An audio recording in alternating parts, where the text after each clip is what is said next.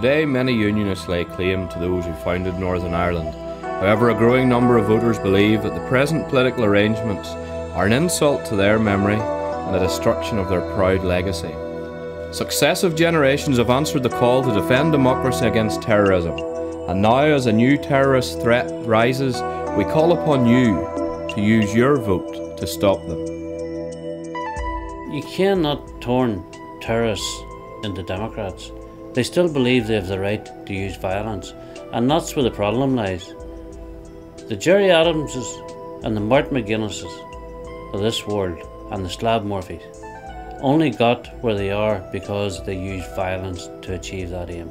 And they'll tell you they have a mandate. So what? Hitler had a mandate. Now unfortunately we've been sort of blackmailed over the years, whereby if you don't vote for one party or the other, you're going to let the Sinn Féin or a nationalist party in. Well, that's not the case in this situation.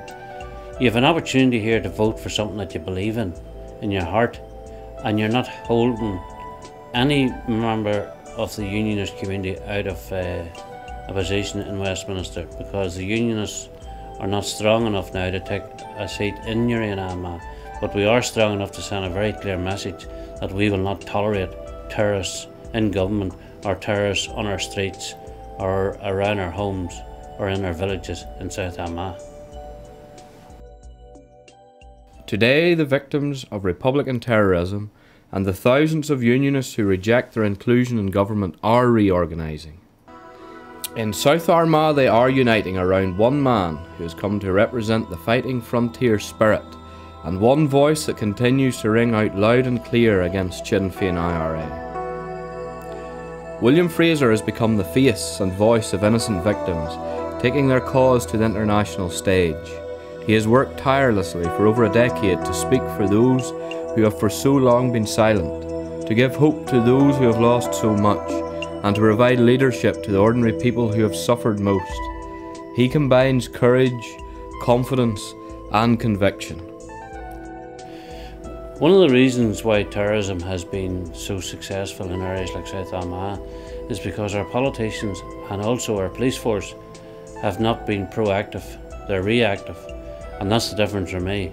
I'm proactive. I like to go in there and expose what's going on before it actually takes place. And we are going after the terrorists, not simply to try and get justice, but to try and stop terrorism. Because if terrorism isn't challenged head on, it will grow and grow until we're back to the situation we were 35 years ago. Well, we don't intend to let that happen, and I certainly don't intend to let that happen. And how I will stop it is by being proactive, by going out there and facing the terrorists, exposing what is happening, exposing the weakness within our security forces and within the government, and trying to hold our politicians accountable and making sure that they care about the people within the community. There's no point in turning up for the cameras at a scene where somebody's been murdered or where a bomb has went off.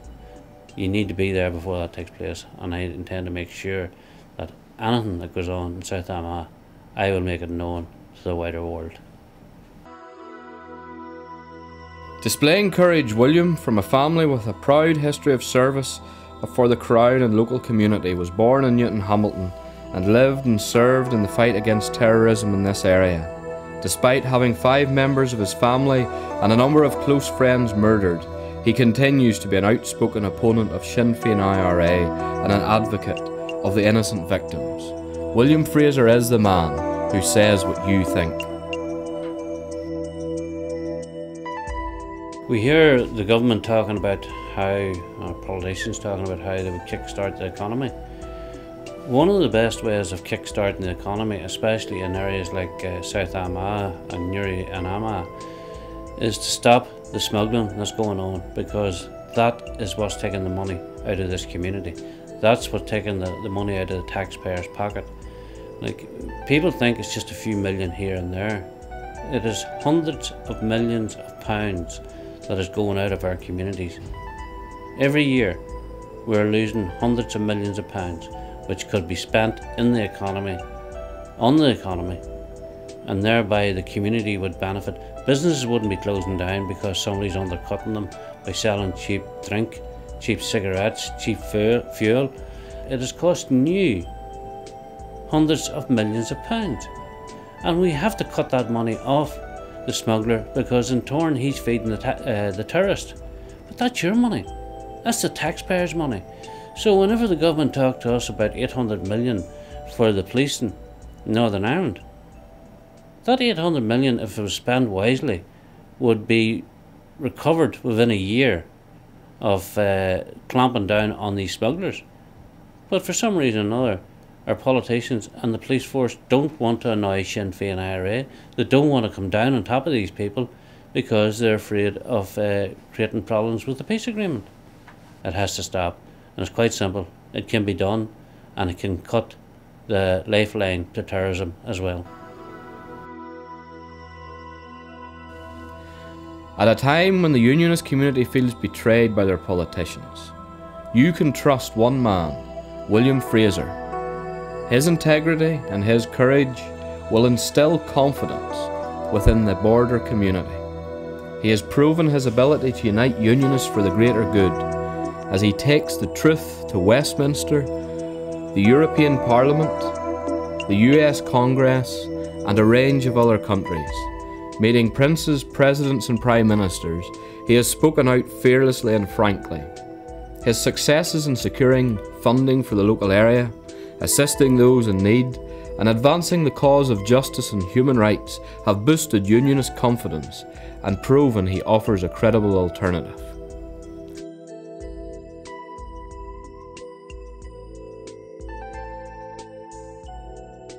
The other thing I think I should mention as well is the bread and butter issues. I know quite well what it's like to live on the breadline. I grew up in a family of 9, and especially when our father was murdered, we had nothing. So bread and butter issues is very important.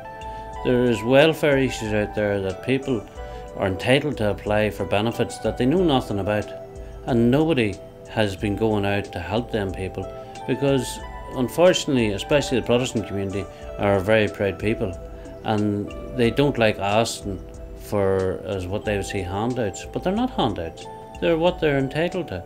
So we do a lot of work, or I do a lot of work with people on their welfare issues, on pensions. We also deal with people through the health boards. We also deal with people who are suffering trauma, who need trauma counselling and that type of stuff. But the bread and butter issues are the most important issues of all. And we do a lot of work with that. And our record is next to none whenever you sit down and study it.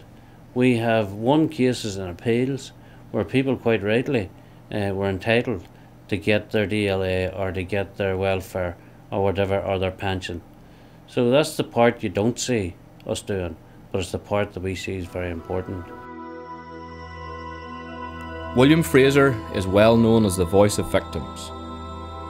He now hopes to take his skills and his experience to Westminster and become the voice of the people. It will take your help, it will take your vote, but in return, you will get an advocate that is second to none, with a keen knowledge and dedication to his work. William Frazer offers a change, a fresh face and fresh ideas on the local political scene. Use your vote wisely. Vote William Frazer.